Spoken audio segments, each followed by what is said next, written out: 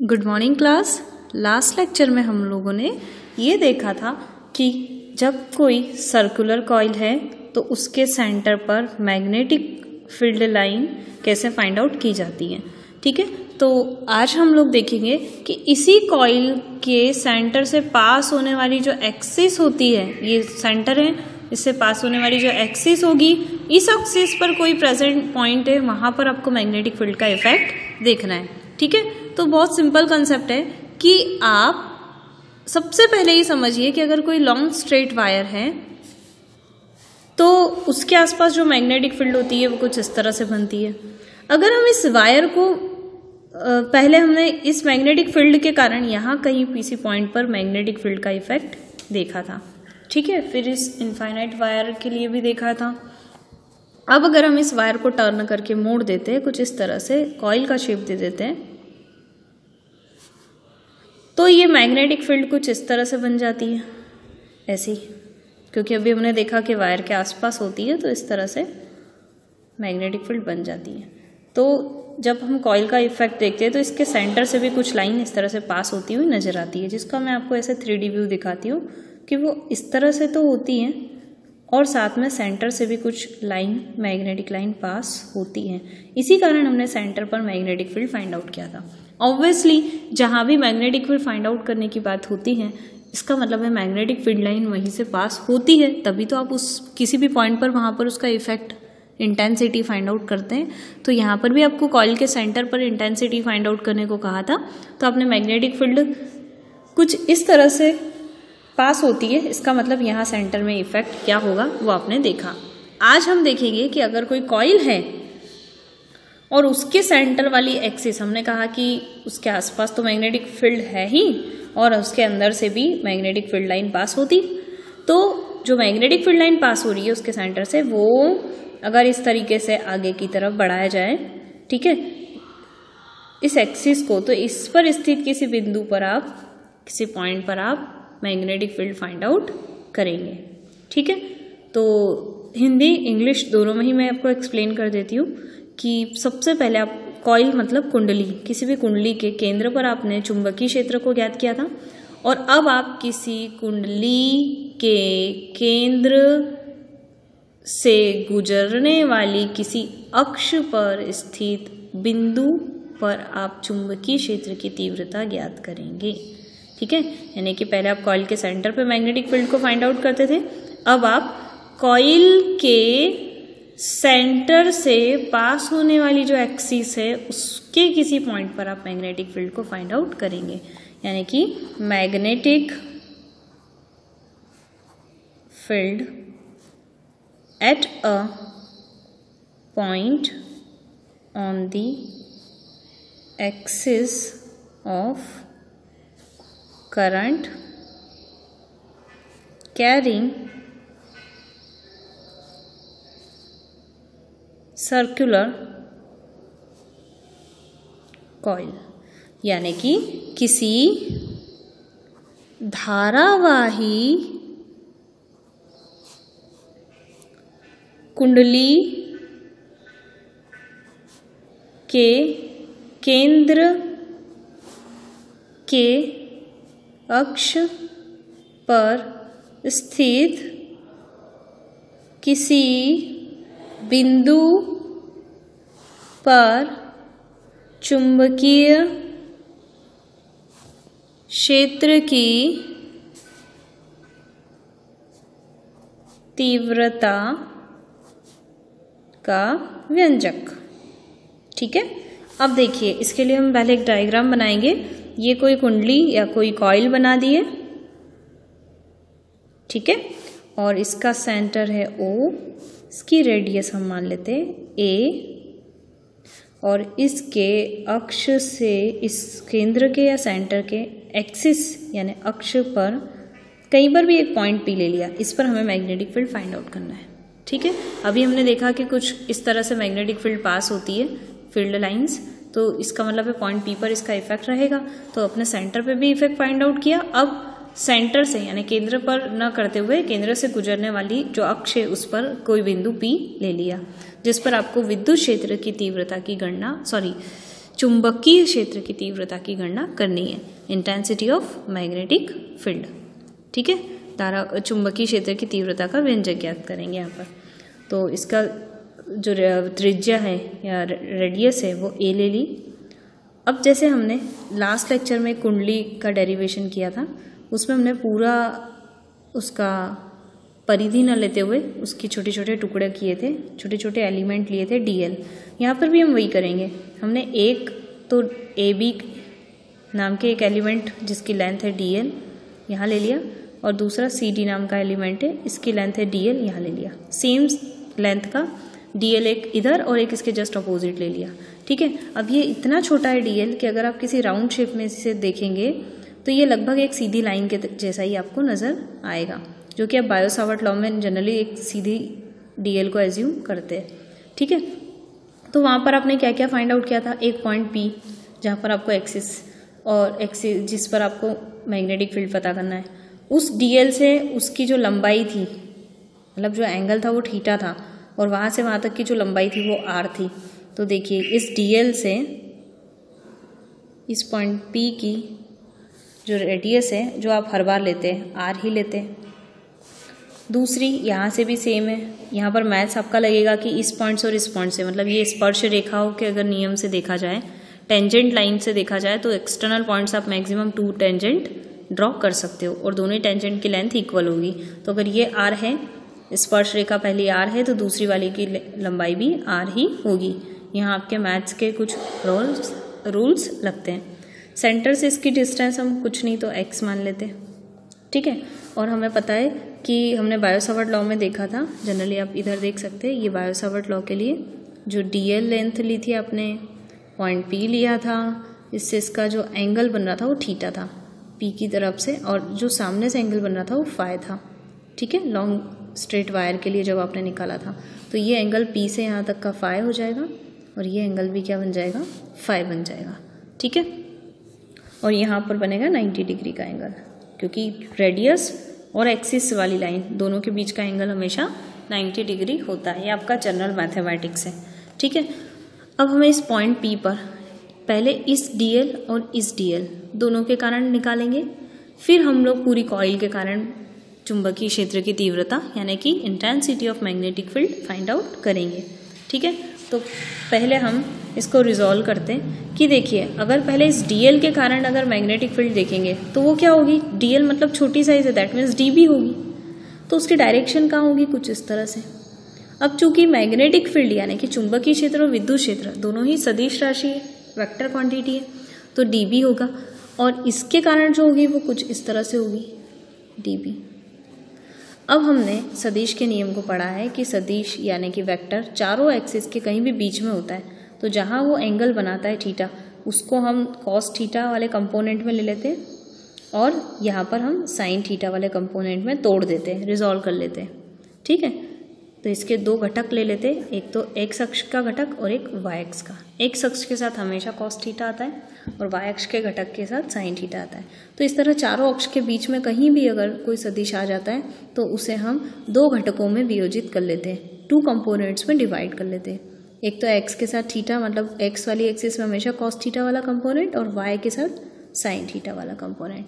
ठीक है, तो यहाँ पर भी कुछ इस तरह से कंडीशन आ रही है कि वेक्टर क्वांटिटी बीच में आ रही है दोनों एक्सिस के, यानी एक तो ये आपकी स्ट्रेट एक्सिस है और एक अगर हम इसका परपेंडिकुलर लेते हैं तो हम इस डीबी को 2 पार्ट में रिजॉल्व करते हैं।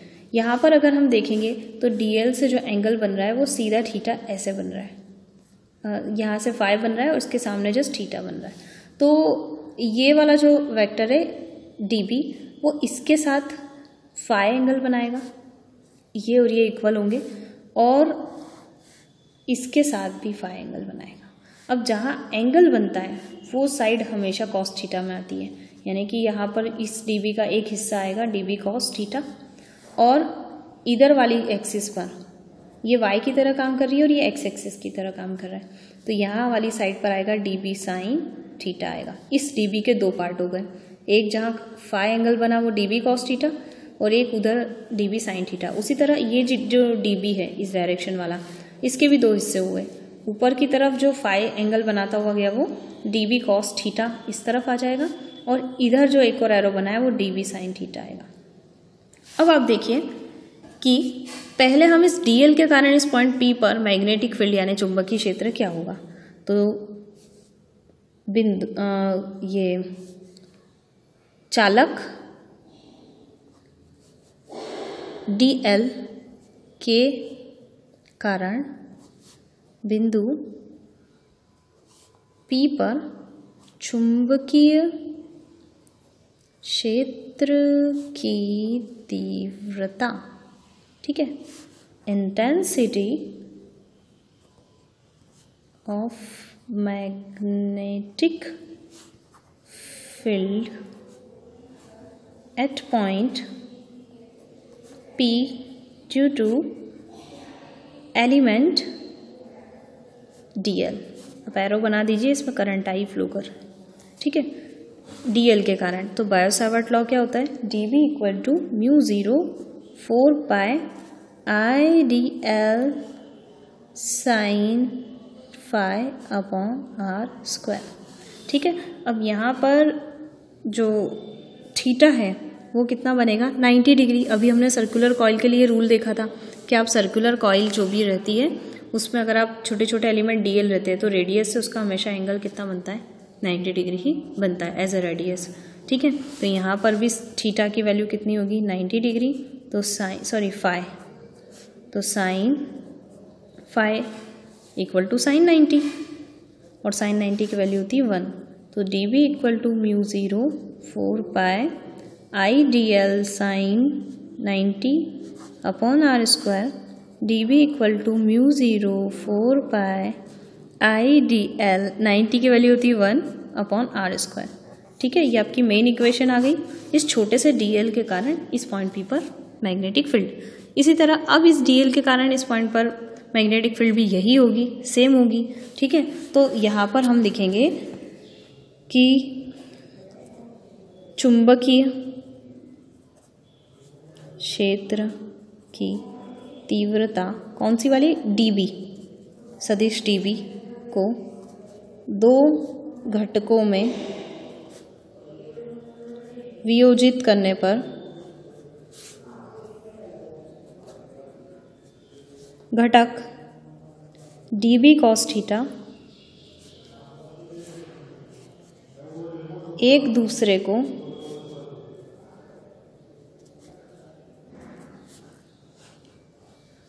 काटते हैं क्योंकि इनकी परिमाण बराबर है और दिशा विपरीत है, क्योंकि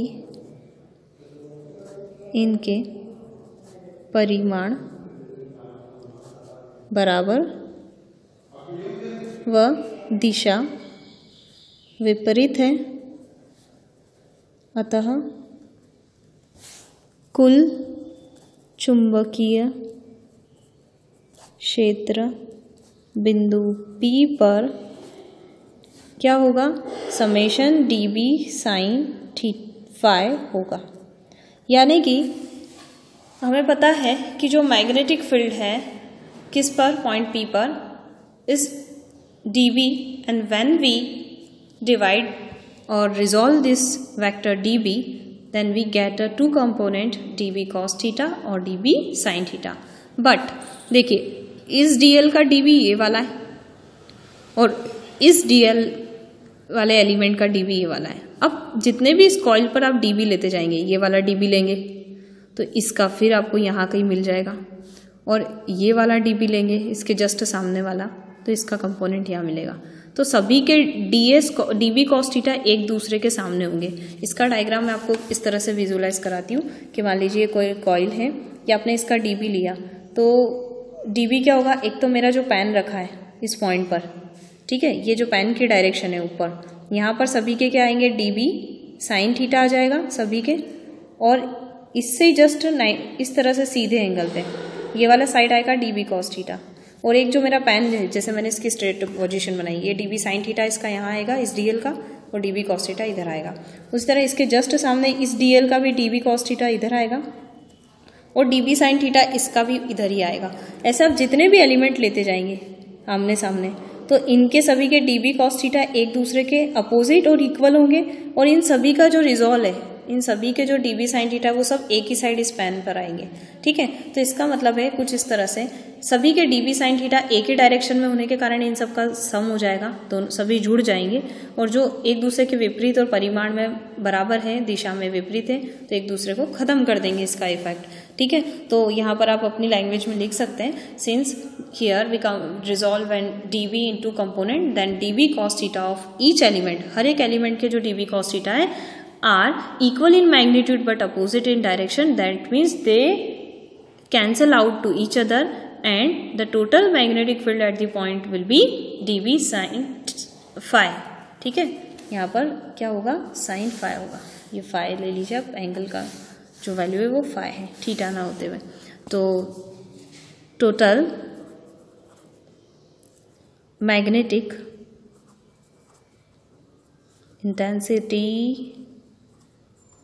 of magnetic field at point P, point P पर कुल विद्युत चुंबकीय क्षेत्र की तीव्रता क्या होगी, capital B equal to summation dB sin phi।